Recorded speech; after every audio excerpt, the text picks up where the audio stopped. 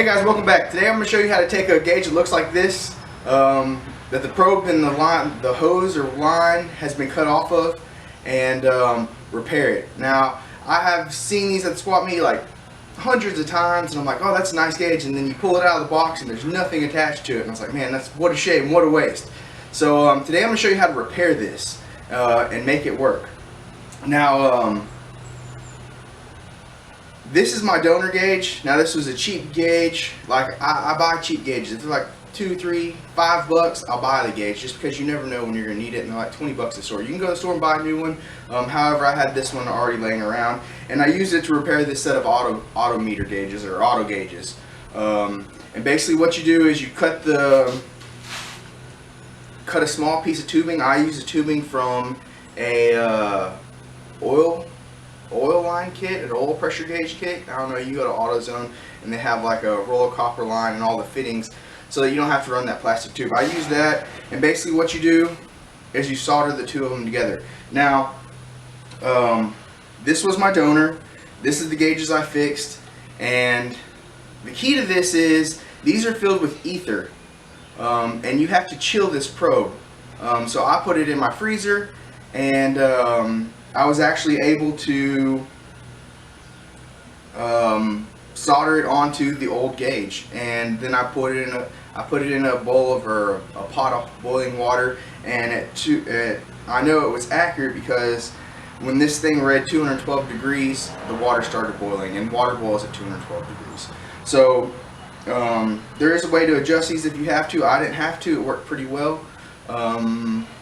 So let's get started. I'll show you how to do it. So what I've done here is I'm taking this razor blade and slowly sawed through this existing copper line, and then I took, this is leftover line from an oil pressure gauge kit. It's never been used before, and I cut a small piece off. Now what I'm going to attempt to do here is slide this piece over and solder.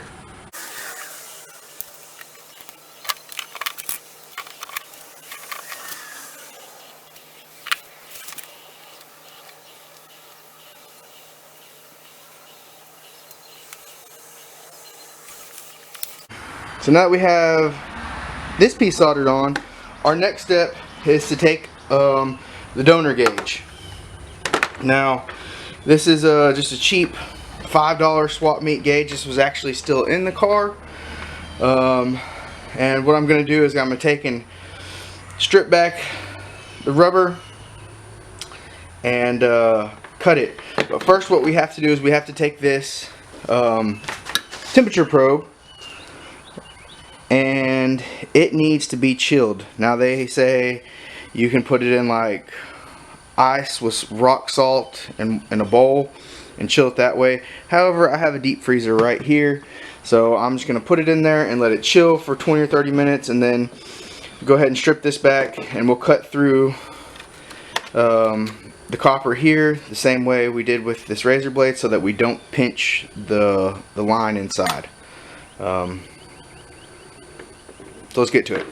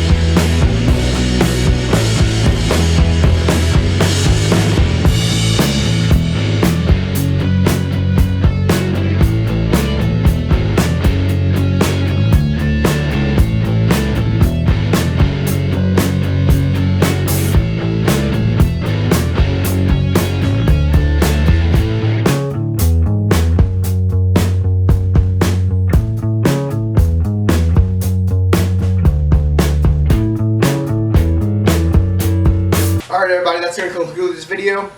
Thanks for watching. Remember, like, subscribe, comment, and we'll see you back next time. Thanks.